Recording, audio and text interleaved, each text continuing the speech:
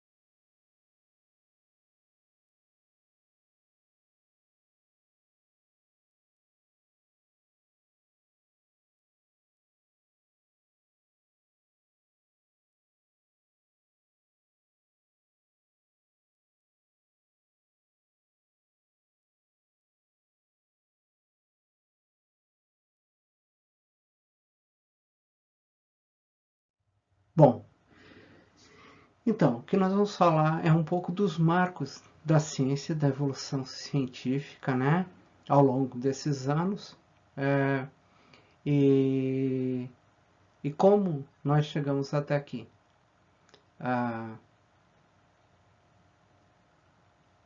Aqui a gente vê todo esse progresso científico, os fatos que a gente vai pegar, vai comentar sobre eles, né?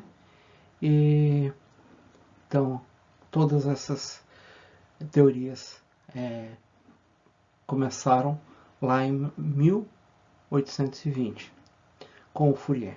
Então vamos dar uma olhada, esse é o overview do que vai ser visto e a gente vai ver tudo isso em detalhes agora.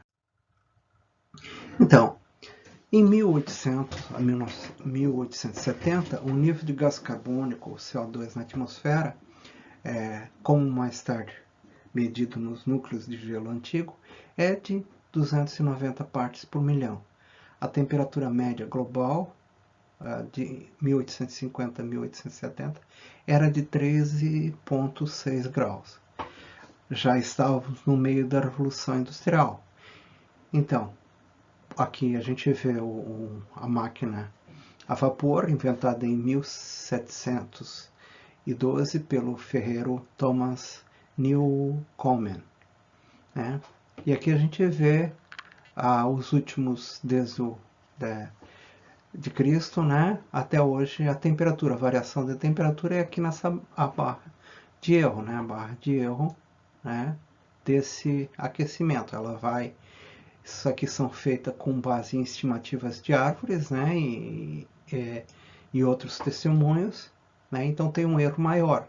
Mesmo assim, ela fica aqui na faixa de 1,5 e a média, para mais e para menos, a média é bem constante. Tem uma pequena variação aqui na Idade Média, principalmente na Europa. E é seguido por esse aquecimento, né, e também pela redução nessas estimativas em função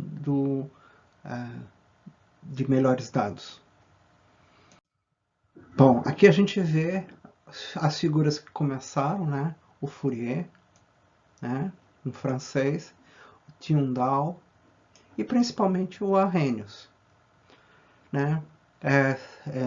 No meio dessa história, nós temos a invenção do motor, né? No caso o motor Wagen, pelo Mercedes-Benz em 1886, a segunda revolução industrial. Bom, vamos começar então com Fourier. Fourier, ele em 1820, ele verificou que a atmosfera planetária, ela, se dependesse somente do Sol, ela não seria tão quente. Então, ele identificou que deveria existir um efeito como os das estufas, né? Greenhouse. E esse efeito ele supôs isso, né? Tyndall, que foi inglês, né? Ele verificou que se ele enchesse um recipiente de CO2, esse recipiente ele bloqueava parcialmente a passagem do CO2. Então ele faz medidas de quanto que é esse coeficiente de CO2, quanto que ele bloqueia. Arrhenius, né? A gente vai ver mais adiante, né?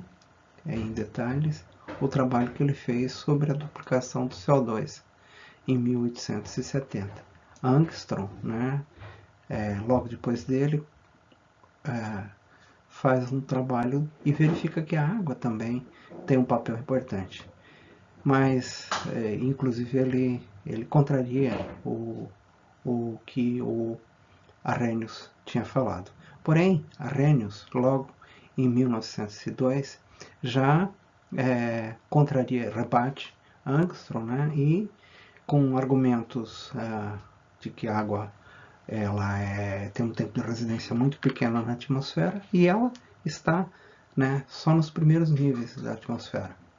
Ela não está nos níveis mais altos da atmosfera, diferente do CO2, que tem um tempo de residência praticamente infinito, e consegue e está espalhado por toda a atmosfera. Bom, o Arrhenius, né, ele foi um químico sueco, e em 1896 ele estava primeiramente preocupado com as glaciações, o surgimento das glaciações. Mas logo depois ele percebeu aí um efeito que teria os combustíveis fósseis, né? Ele na época, usando a mão, né, cálculos manuais, ele projetou que se houvesse uma duplicação dos níveis de CO2 que estavam na época, isso duplicar seriam 500 partes por milhão, haveria um aquecimento de 5 graus. E isso é mais ou menos o que se sabe hoje, né? Então, o tempo, né, 1896. Mas ele não foi, foi durante várias décadas ignorado o que ele fazia, né? Por conta de outras coisas, guerras, né? Campos de petróleo, combustível barato, energia barata, festa. Em 1920, Milankovitch, né, um sueco, cientista sérvio, né, ele tenta mostrar que as glaciares eles seriam uma função da diminuição do Sol em função dos ciclos de Milankovitch, né, que é esse ciclo de excentricidade, a precessão dos equinócios e a mudança da obricidade da Terra. Isso realmente se verificou com o tempo, né, que isso acontece. A gente depende muito do ciclo de Milankovitch, só que ele não consegue explicar nem as glaciações, nem o efeito climático que está acontecendo. Ele apenas muda a quantidade de radiação que acontece numa parte da Terra. E ele atua principalmente no hemisfério norte. Daí nós temos a Segunda Guerra Mundial, né? E o foco, né, em controlar o petróleo, mas também logo depois da guerra, né, tiveram muitas pesquisas científicas, né, em áreas que ajudaram bastante, né, o mudança climática, principalmente física nuclear. Nessa época havia pessoas que postulavam ideias diferentes do aquecimento global. É o caso do Erwin Indon, que propõe um modelo de feedback de gelo, né? E isso realmente acontece. Só que essa hipótese foi combatida e verificou-se que, na verdade, esse feedback ele pode ser tanto numa direção quanto na outra. E atualmente esse feedback de gelo tem feito um derretimento muito rápido do gelo nessa região, nas regiões polares. O ano de 1957 ele é importante, é o ano geofísico internacional. Nessa época são padronizadas todas as estações meteorológicas no mundo todo. Nós temos também no ano seguinte, né, 1858, né, o estudo com telescópios mostra que a atmosfera de Vênus, né, as temperaturas estão acima do ponto de fusão de ebulição da água, né, isso foi um trabalho do famoso Carl Sagan, que mostrou a importância do CO2, né, que é o principal componente da atmosfera de Vênus, o quanto que é importante, ou seja, um super efeito estufa. Nesse mesmo ano, Keeling começa a medir com precisão o CO2 na Terra, né? E isso numa estação no Havaí, em cima do vulcão. Então, essas medidas vêm sendo feitas até atualmente, né? E aqui a gente vê por curiosidade, né? Essas oscilações aqui são o ciclo anual das árvores, né, no hemisfério norte, as coníferas, quando elas aumentam o consumo, né, você tem uma diminuição do CO2.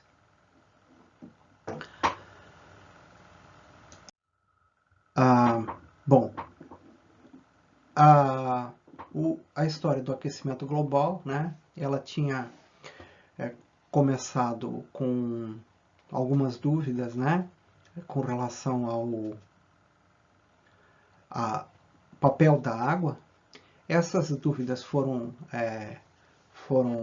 rebatidas também por Hubert, que calculou que, na verdade, você teria uma retroalimentação da água, né? O CO2 aumentaria a quantidade de água e, com isso, você teria essa retroalimentação. Então, ele calculou que esse efeito, né, nós teríamos cerca de 4 graus de aquecimento. O Callendar foi o primeiro cara que observou um pequeno aquecimento que ocorreu na primeira década, de 1900 até 1940. Bom, mas ele também fez algumas premissas, né? E uma delas foi com relação aos oceanos, que poderiam absorver grande parte desse CO2, né? E também isso, né, levaria a uma limitação da aceitação do aquecimento global. Nessa época, né, 1950 e 60, nós tivemos um pequeno esfriamento. Se nessa época nós tivemos um aquecimento aqui, né, até 1945, nessa época de 1950 até 1960, nós tivemos um esfriamento aqui na atmosfera. Então, todo esse tema foi deixado de lado. Mas, né, Revel, né, ele examinou a química dos oceanos, que dizia que limitava a captura do CO2. E, além disso, Bolin e Erickson mostraram que a taxa de penetração do CO2 nos oceanos para a parte mais profunda é muito lenta. O SUIS, né? Aliás, aqui o PLAS, ele foi o primeiro que usou um modelo climático, né, para ver esse aquecimento.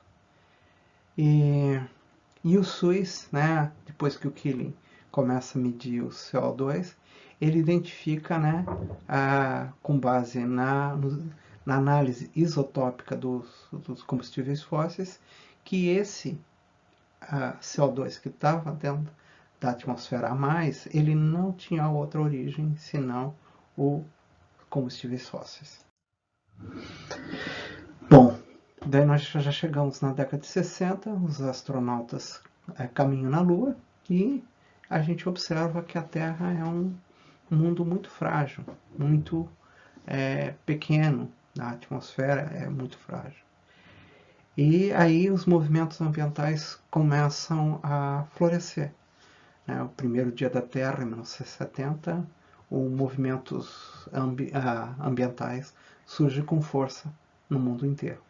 Tem a criação da NOAA, em 1970 também, National Oceanic and Atmospheric Administration, né, que é o principal financiador mundial de pesquisas climáticas. 1979, né, o segundo choque do petróleo, e o movimento ambiental se fortaleceu, houve um precioso incentivo às energias renováveis, né, solar e eólica, e graças a esse movimento a gente tem hoje a energia renovável tão forte. E teve alguns programas, né, como o WCRP, né, que é o Programa Mundial de Pesquisa do Clima, para coordenar, né, a pesquisa mundial nessa área. É um programa muito interessante. Bom, na verdade, aqui na década de 60, né, a gente tem o primeiro, o Manabe e o Whitehead, eles constroem primeiro um modelo do sistema climático global, né, que consegue não só a atmosfera, mas também os oceanos e outras partes, né.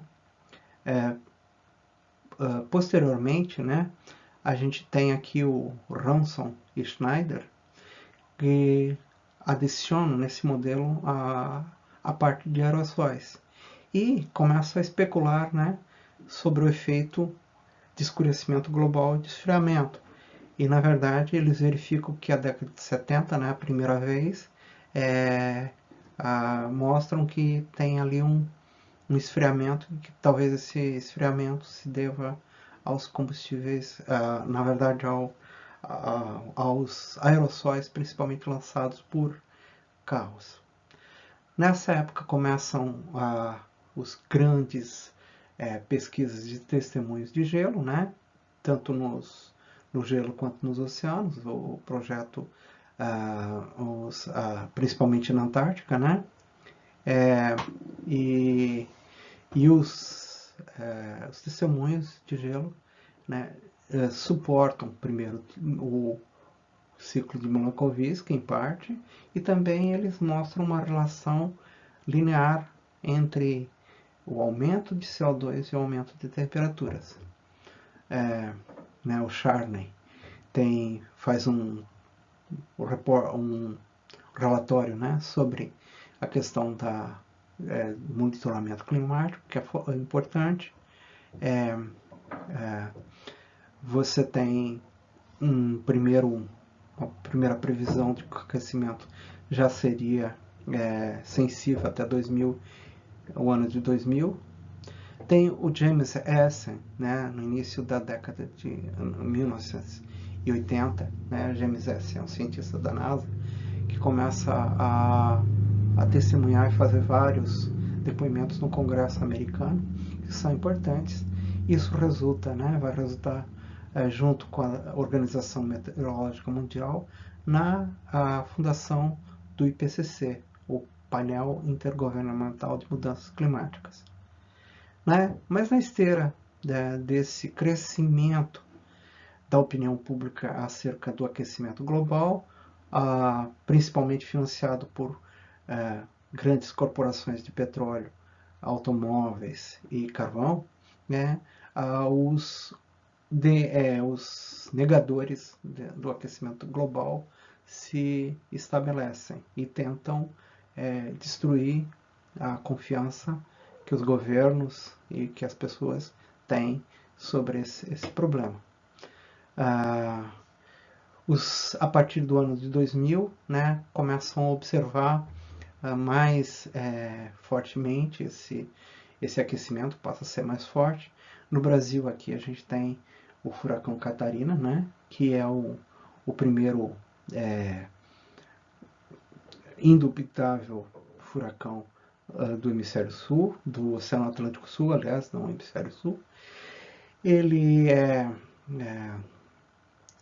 realmente nos traz algo importante, que é algo que está acontecendo, e era isso que Essen e outros falavam que ia acontecer sobre os oceanos, né? Teríamos furacões e desastres globais e secas.